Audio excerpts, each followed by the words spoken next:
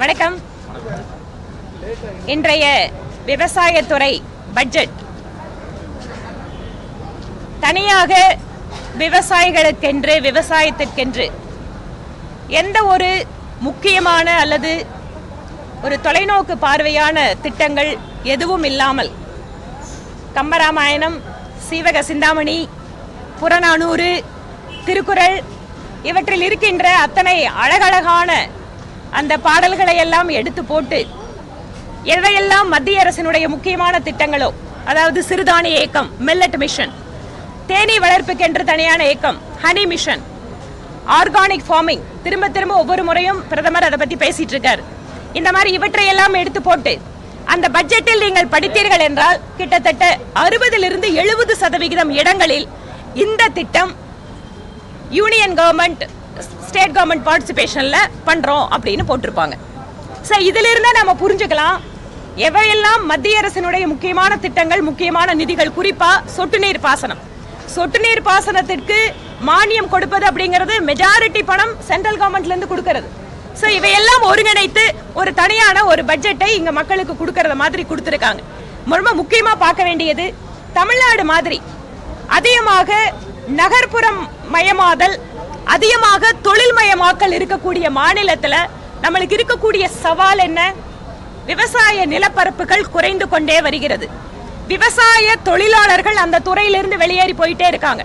அதனால ஒரு பக்கம் தொழிலாளர் பற்றாக்குறை, இன்னொரு பக்கம் நிலப்பரப்புகள் குறைவது. இவற்றின் காரணமாக ஒரு லாபம் இருக்கக்கூடிய தொழிலாக விவசாயம் இல்லாமல் இருப்பது. இவற்றில இதற்கென்று ஒரு அட்ரஸ் பண்றதுக்கு, இந்த பிரச்சனைகளை புரிந்து கொண்டு இதுல தீர்வு கொடுக்கிற மாதிரியான விஷயங்கள் எதுவுமே அக்ரிகல்ச்சர் பட்ஜெட்ல இல்ல.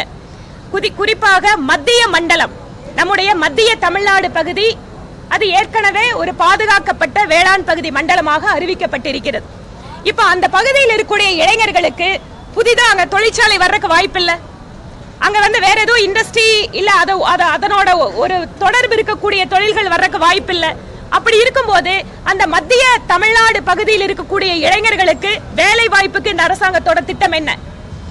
அக்ரிகல்ச்சர்ல தொடர்பு இருக்கக்கூடிய தொழில்களுக்கு, புது தொழில்களுக்கோ இல்ல அதுல ஒரு முதலீட்டை கொண்டு வந்து இல்ல அதுல வேற ஏதாவது லட்சக்கணக்கான இளைஞர்களுடைய வாழ்க்கைக்கு அங்க ஏதாவது வாய்ப்புகளை கொண்டு வர முடியுமான்னு இந்த பட்ஜெட் இருக்குன்னா அதுவும் இல்ல. அப்ப என்ன ஆகும்? தஞ்சாவூர், சிவகங்கை, இந்த பக்கம் புதுக்கோட்டை, நாகப்பட்டினம், திருவாரூர், இந்த பகுதியில் இருக்கிற இளைஞர்கள் எல்லாம் திரும்பவும் வளைகுடா நாடுகளுக்கோ மற்ற நாடுகளுக்கு வேலைக்கு போற நிலைமை தான் இந்த அக்ரிகல்ச்சர் பட்ஜெட் கொடுக்க போகுது. அதனால இந்த தமிழகத்தினுடைய இந்த வேளாண் நிதிநிலை அறிக்கை என்பது எங்களுக்கு ஏமாற்றம் அளிப்பதாக இருக்கிறது.